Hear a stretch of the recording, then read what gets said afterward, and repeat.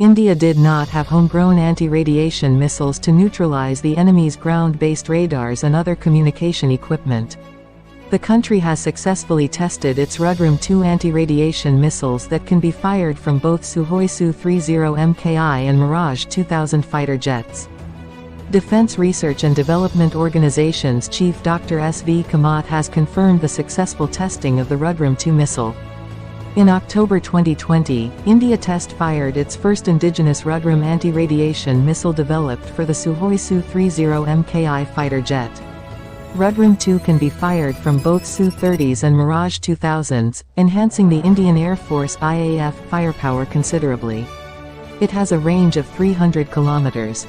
While the Rudram-I is equipped with only a passive homing head (PHH) for the final attack on the adversary's surveillance and guidance radar systems, communication towers, command and control centers, and other radiation-emitting targets, the Rudram-2 is equipped with an imaging infrared (IIR) seeker along with PHH to neutralize other targets such as airstrips, bunkers, and aircraft hangars. Rudram-2 can carry a 200 kg payload.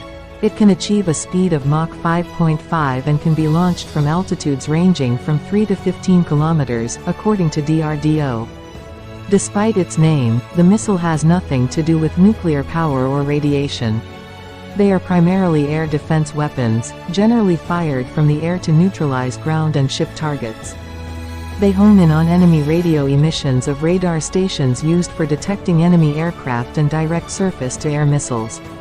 The arms were invented in the 20th century to disrupt enemy communication and tracking capabilities by taking out their radars.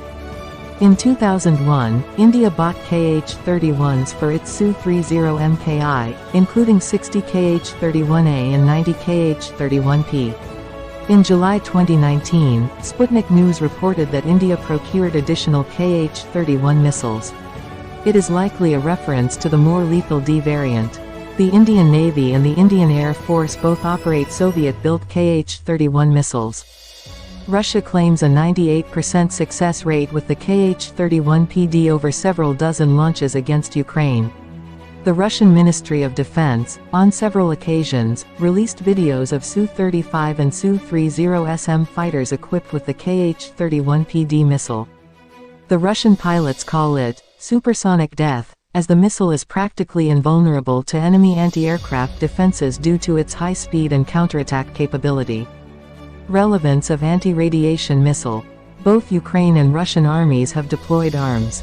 Russia used both Kh-31 and Kh-58 anti-radiation missiles to hunt the air defenses of Ukraine in the ongoing war.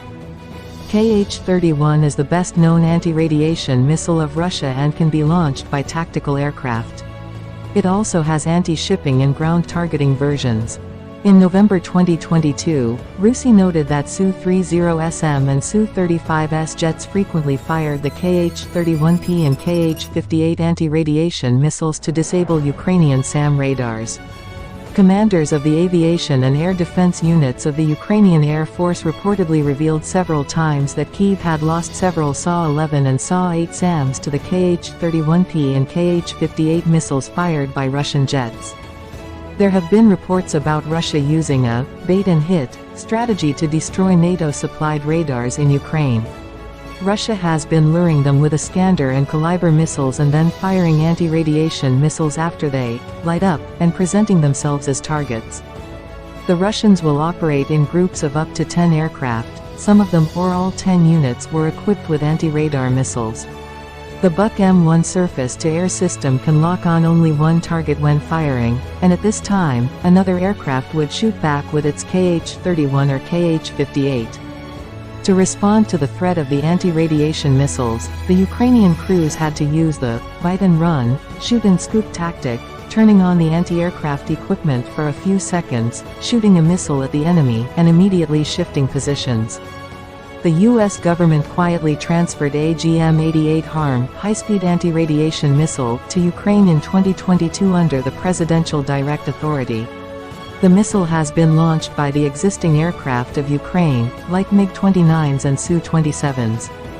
Air launch is ideal for the AGM-88, providing far better kinetic performance, longer range and speed. It also allows for a far better, elevated sensing position to organically detect the presence and general direction, or even geolocation, of a threat emitter. In comparison to the American AGM-88 HARM, the KH-31 is much bigger. The 110 kg warhead on its D variant is substantially heavier than the 68 kg warhead of the HARM. Its 1000 meter per second speed is much higher than the 600 meters per second speed of HARM, giving the D variant much higher momentum when striking a target. As such, the devastation caused by the KH-31 would substantially exceed that caused by HARM. The AGM-880 variant of the American missile is otherwise smarter than the KH-31. It is more difficult to evade than the KH-31. If an adversary switches off the SAM radar, the AGM-880 is not blinded, it remembers where the adversary radar is and uses its own high-resolution millimeter-wave radar to see the target radar. Today, electronic support measures and radar homing receivers (RHR) have come a long way, making anti-radiation missiles far more capable and, in some cases, smaller, cheaper, and more accurate. These can be deployed on the ground across the battlefield, or by an aircraft, and even by drone. Electronic intelligence from a third party, like the United States, could also provide specific intelligence about when and where specific systems are active, providing targets for the Ukrainian forces.